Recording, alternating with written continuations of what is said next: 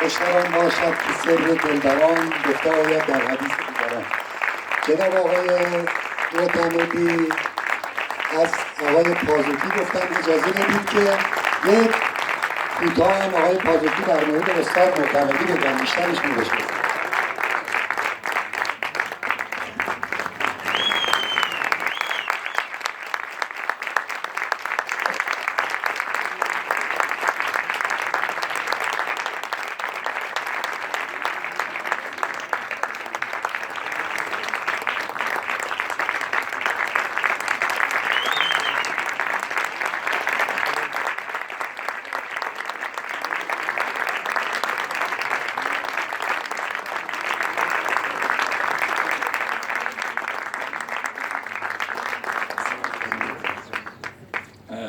شبتون بخیر. از همتون تشکر میکنم در این هوای سرد تشریف آوردید و از گروه جناب معتمدی، تک تک هنرمندا، از محمد عزیزم دوست بسیار گرانقدر و با ارزشم.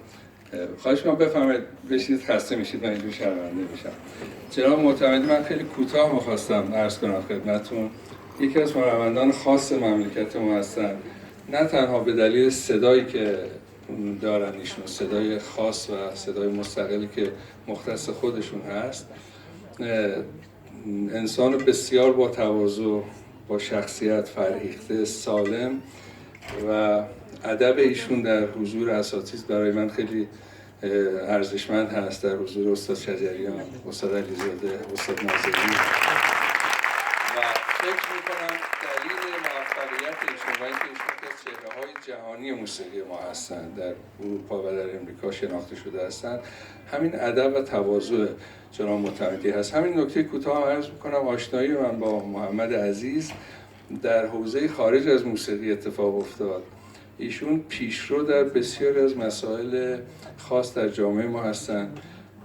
نهادی رو برای کمک به کودکان نقص ایمنی تشکیل دادن و به اتفاق استاد حسین علیزاده که منم افتخار همکاری داشتم با دوستان، بخشی از عواید فیلم هایی که می ساختیم رو اختصاص بدادیم به این نهاد، کمک های بسیار شایانی کردن و همینطور نهادی رو برای کمک به بیماران جزامی به اتفاق استاد شهرام ناظری و استاد ناصر مدنی که بنده در خدمتشون بودم، تعداد زیادی از بیماران جزامی کردستان رو جمع آوری کردن و اینها رو در شهرکی ساکن کردن. پزشکان رو ترغیب میکنن که به رایگان بهشون خدمات بدن، به زندگی اینها، به مسائل اینها، و محمد همیشه در این مسائل پیشرو بوده و ما رو واقعا شیفته این منش خودش کرده. من همیشه تقدیر میکنم، تحسین میکنم ایشونو، براش آرزوی موفقیت میکنم از اینکه این راه طولانی و سخت و تو این سرما اومد در شاهرود با مشکلات اداری که متاسفانه اداره بیخاصیت ارشاد برای ما ایجاد کرد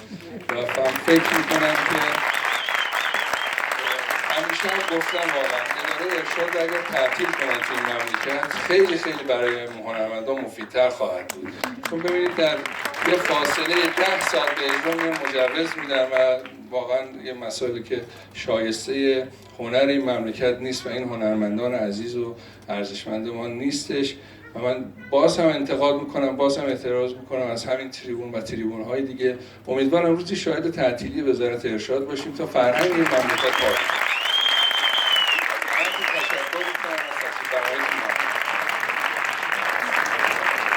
خب خیلی متشکرم.